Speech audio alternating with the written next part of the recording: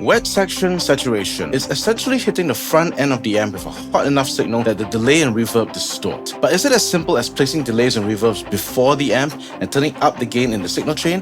What is the secret to the worship sound? When I surveyed the pedal boards on the forums and through rig rundowns, they commonly have a preamp of sorts first, like the Jackson Audio Prism or the RC Booster, or a low gain always on drive. But having a preamp pedal at the start of the chain influences the gain of your overdrive section and usually makes them much hotter.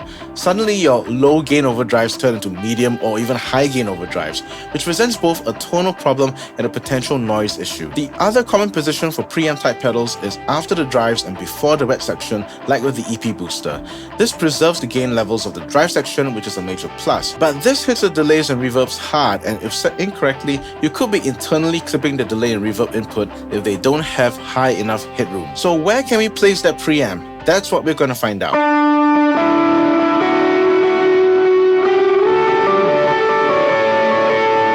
Before we go any further, a quick rig rundown of the current mono small board. I took a page out of Jamie McTabay's pedal board building book in that he decided that there are going to be a few core components on the board, and he has an area where he swaps out pedals as and when required for the gig. It starts off with the HX Stomp, which is handling all the amps as well as some auxiliary effects or secondary effects for the one-off things that I need to do in a song. The guitar goes into the input of HX Stomp. It then has a compressor in front.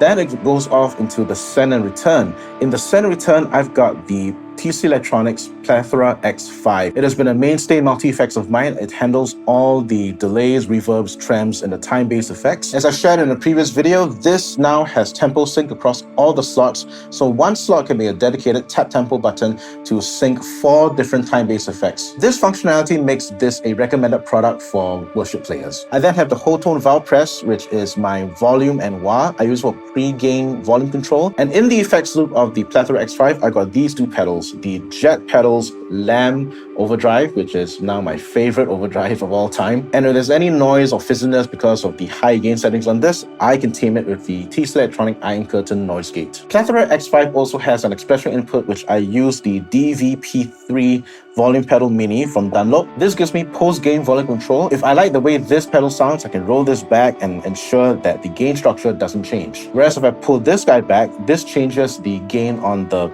Jet Pedals Lamb for a clean sound. So a mono send to the Plethora X5, but stereo out to the Nunober Immerse Mark II, which is my favorite shimmer sound. I use it mostly for the shimmer setting. I think it beats the Strymon stuff. And it also has a very cool sustain mode for the infinite organic pad. So this goes stereo out back to the HX Stomp and is processed by one block, which I think is going to be the key ingredient to getting the worship sound. Let me tell you all about it. So we want to avoid 2 problems with cranked gain in the signal chain, making your overdrives too hot and internally clipping the delay and reverb. That leaves us with the position after the delays and reverbs and before the amps, assuming you're working in stereo. But there's no such thing as a preamp pedal with stereo ins and outs, is there? This is where I think the value of the Strymon Deco comes in, and I've seen it on a few pedal boards placed after the drives, delays and reverbs and just before the amp section. The primary function of the Deco is to have analog tape flavored saturation and color, and that saturation control has a unique sound to it. When set just about right, you can saturate the delay and reverb before it, and you can hit the front end of your amps that causes the ambient trail to be pleasantly crackling. On Line 6 devices, we have a block that emulates this, the Retro Real effect. I've placed this block after the stereo send return and before the pair of amps. Playing with the levels, I'll adjust it until I get just the right amount of delay and reverb saturation. Let's start from just the bass amp tone, and this is a stereo rig from my Bethel-ish Pack that you can download from Buy Me a Coffee. Do check it out after this if you're interested in getting one yourself. Here's how the bridge pickup sounds like with just the amp tone.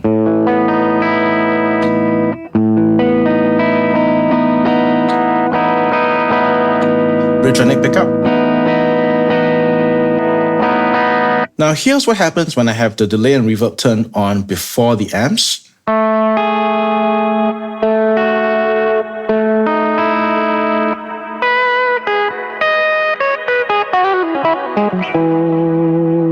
It's still very clean, there's no distortion on the tail end. Even if I turn on the overdrive pedal from my Lamb overdrive, I still can't get it to distort.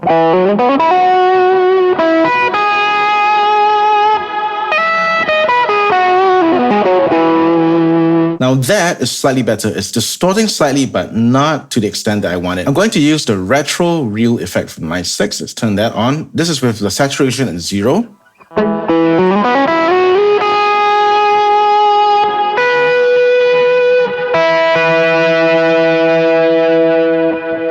With it off.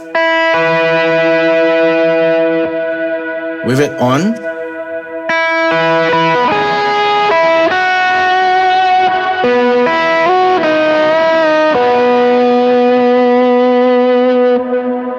Slightly better, I can get to grind up just a little bit, but that's not enough. Here's what we can do. Let's turn out the saturation to, let's say, 1, and you can hear there's going to be a big difference in the tone.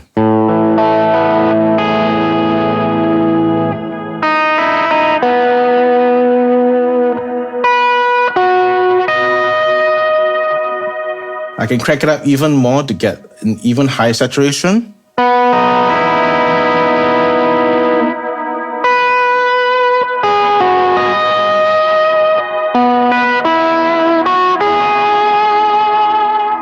Almost there. What happens when I turn on the gain on my lamp?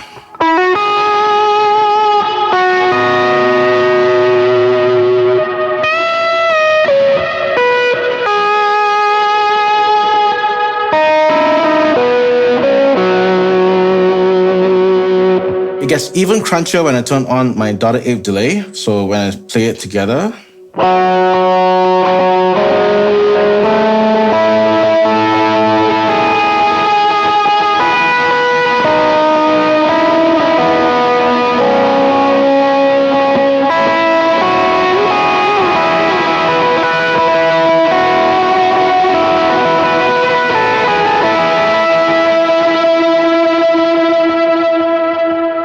One final comparison without the retro reel.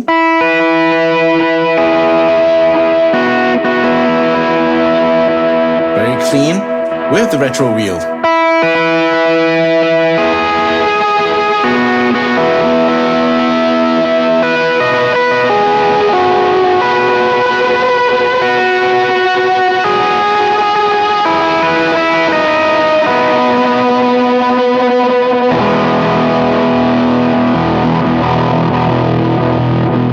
But wait, there's more. Like the deco, the retro reel has a modulation signal that emulates tape flange. It doesn't get to wild flanger levels when cranked, but it does have a vibe.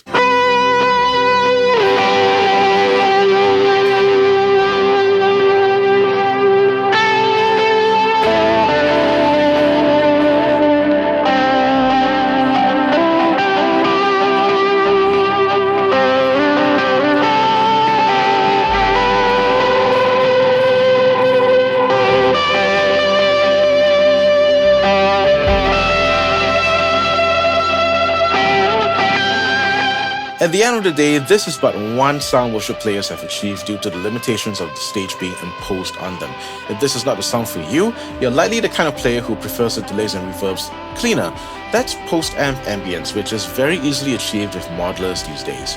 If you'd like to explore pre- and post-amp ambience and you're a Line 6 device user, I have preset packs for the Helix, HX Stomp, and the Pod Go for those sounds and more. Do check out my Buy Me a Coffee page if you like, and don't forget to like, subscribe, and hit that bell icon to support this channel and my ministry. This particular preset is for my Bethel-ish Pack, and I made a previous video exploring how I crafted tones a la David Hislop. Do check it out, and I'll see you there.